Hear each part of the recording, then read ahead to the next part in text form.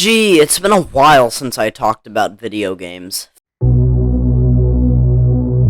Funny enough, that video about video games was the last video that performed well before the downfall of my channel. Now we are back, making a video about games, and let me just say that I am pretty pleased with the reception of the Lord of the Rings series of videos. It's the first series that I've ever finished, and that's pretty cool. Back in November, I started production on a Half-Life video that I ended up scrapping so I could work on a video about Black Panther Wakanda Forever, which I ended up scrapping so that I could work on a video about Jordan Peele's filmography, which I actually did upload. In any case, Half-Life is one of my favorite games of all time, and I've sunk well over 35 hours into it. For a game that came out in the late 90s, it is surprising how well made it is. So, without further ado, let's get into it. Half-Life is a video game that was released in 1998 by Valve Corporation. It has been described as one of the most important games ever made, and for good reason. Half-Life revolutionized the FPS genre, and its influence can be seen in countless video games that have been released since its inception. So, what makes Half-Life so important? For starters, it was one of the first games to tell a story through gameplay rather than cutscenes. That means that players were actively engaged throughout the narrative rather than watching it unfold. The game also introduced the concept of scripted events, which allowed for more cinematic moments to occur during the gameplay. In terms of gameplay, Half-Life was groundbreaking. It introduced physics-based puzzles that required players to think creatively in order to progress. The game also featured a wide variety of enemies, each within their own unique abilities and weaknesses. This forced players to adapt their strategies on the fly, making for a more dynamic and engaging experience. Another major innovation that Half-Life introduced was the concept of modding. The game came with a level editor that allowed players to create their own maps and scenarios. This led to the creation of countless mods, some of which would become on to standalone games in their own right. This level of community involvement helped to extend the life of the game long after its initial release. Perhaps the most significant impact that Half-Life had on the gaming industry was its influence in the storytelling. The game's narrative was not only conveyed through gameplay, but also through environmental storytelling. This means that players could piece together the story by exploring game world and paying attention to the details like graffiti on the walls and discarded notes. The success of Half-Life paved the way for games like Portal, BioShock, and The Last of Us all owe a debt to Half-Life for their innovative approaches to storytelling and gameplay. But the importance of Half-Life goes beyond just its impact on the gaming industry. The game also has an impact on popular culture. The iconic crowbar wielded by the game's protagonist Gordon Freeman has become a symbol of the game and is infinitely recognizable to gamers around the world. The game's soundtrack, composed by Kelly Bailey, is also widely regarded as one of the best video game soundtracks of all time. Half-Life also had an impact on the way that games are marketed. Valve Corporation famously used a viral marketing campaign to promote the game in the lead-up to its release. This involved sending cryptic messages to gaming websites and creating fake websites that hinted at the game's existence. This approach to marketing has been since used by other games, but most notably the alternate reality game that was used to promote the release of Halo 2. The game's gameplay is also cited as one of the reasons that it's so highly regarded. One of the more significant innovations that Half-Life brought to the table was its use of scripted events. These are pre-programmed sequences that happen during gameplay, often involving enemies or other characters. The use of scripted events allowed the developers to create more cinematic experiences that were both exciting and immersive. There was a significant departure from the traditional first-person shooter genre, which often relied on static enemies and environments. Another significant contribution that Half-Life made was the use of physics-based puzzles.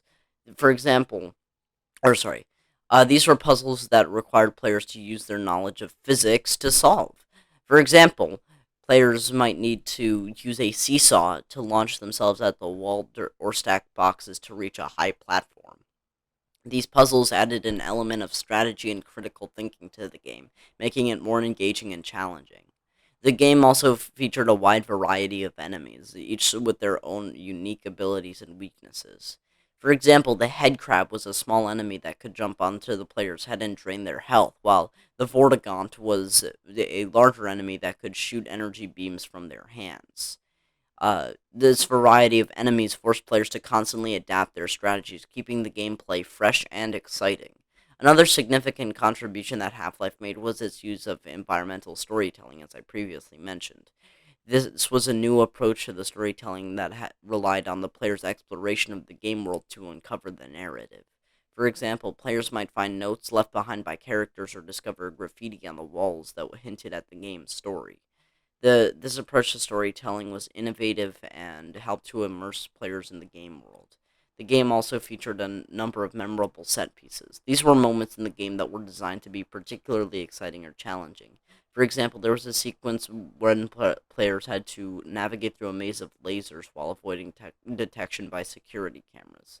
These set pieces also added a level of excitement and spectacle to a game that was not often seen in first person shooters at the time. Half-Life gameplay was groundbreaking and innovative. The use of scripted events, physics-based puzzles, and environmental storytelling helped to create a more immersive and engaging experience. The variety of enemies and memorable set pieces kept the gameplay fresh and exciting. Furthermore, the game's level editor and modding community also helped to extend the game. All of the factors combined to create one of the most significant and influential video games of all time. The game's story follows Gordon Freeman, a scientist working at the Black Mesa Research Facility, as he unwittingly causes a catastrophic event that opens a portal to an alien dimension. The game begins with Gordon arriving at Black Mesa and preparing for a day of routine experiments. However, things quickly go wrong when an experiment goes awry, a resonance cascade that opens a portal to another dimension. The facility is overrun by aliens and government troops, and Gordon must fight his way through the facility to reach the portal and close it. Throughout the game, Gordon encounters a variety of characters, each with their own motivations and agendas.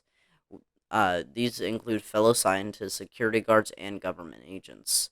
The story is conveyed through scripted events, environmental storytelling, and occasional cutscenes. Um, as Gordon progresses through the facility, he discovers that the accident was not just an accident, rather, it was some sort of government conspiracy to capture alien technology for their own purposes. Gordon becomes embroiled in this conspiracy and must fight both the aliens and the government to escape the facility. The game's story culminates in a showdown between Gordon and an alien leader known as the Nihilanth. After defeating the Nihilanth, Gordon enters the portal opened by the G-Man, and the game ends. The story of Half-Life is notable for its use of environmental storytelling and scripted events. The game's narrative is not conveyed through traditional cutscenes or exposition, but rather through the player's exploration. This approach to storytelling was innovative at the time and has since been adopted by other games. Half-Life was groundbreaking, and it not only had a significant impact on the gaming industry, but also shot Valve Corporation into popularity. The game was released in 1998 and quickly became a critical and commercial success, selling over 8 million copies worldwide. One of the reasons why Half-Life was so successful was its innovative gameplay. The game introduced physics-based puzzles that required players to think creatively in order to progress. The game also featured a wide variety of enemies, each with their own unique abilities and weaknesses. This forced players to adapt their strategies on the fly, making for a more dynamic and engaging experience. Perhaps the most significant impact that Half-Life had on the gaming industry was its influence on storytelling. The game's narrative was not only conveyed through gameplay, but also through environmental storytelling. This meant that players could piece together the story by exploring the game world and paying attention to details like graffiti and discarded notes. This approach to storytelling was innovative and helped to immerse players in the world. The success of Half-Life paved the way for Valve Corporation to become one of the most successful video game developers in the world. The company went on to make a number of critically acclaimed games, including Portal, Left 4 Dead, and Team Fortress 2. Valve also launched Steam, a digital distribution platform for video games that has become the go-to platform for millions of gamers around the world. Valve's success can be attributed in part to its commitment and innovation and quality. The company has a reputation for taking risks and pushing the boundaries of what is possible in video game development, except they'll never make a third game. This has led to the creation of some of the most beloved and influential games of all time.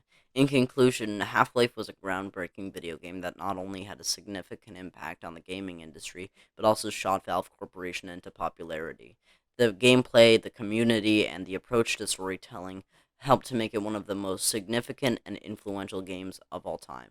Furthermore, Valve's commitment to innovation and quality helped the company to become one of the most successful developers in the world.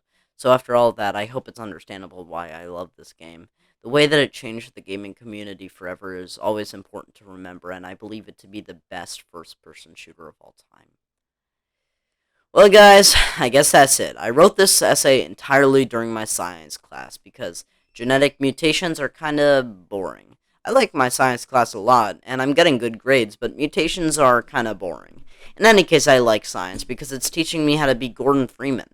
I hope that there comes a day where Gordon Freeman finally speaks and he sounds or is voiced by Morgan Freeman. Also, the man who voiced the G-Man needs to give his voice to TikTok AI audio because I'll be scrolling and just hear the G-Man voicing some Sigma male shit. In any case, I hope you enjoyed the video, and I'll see you all in the next one. Bye.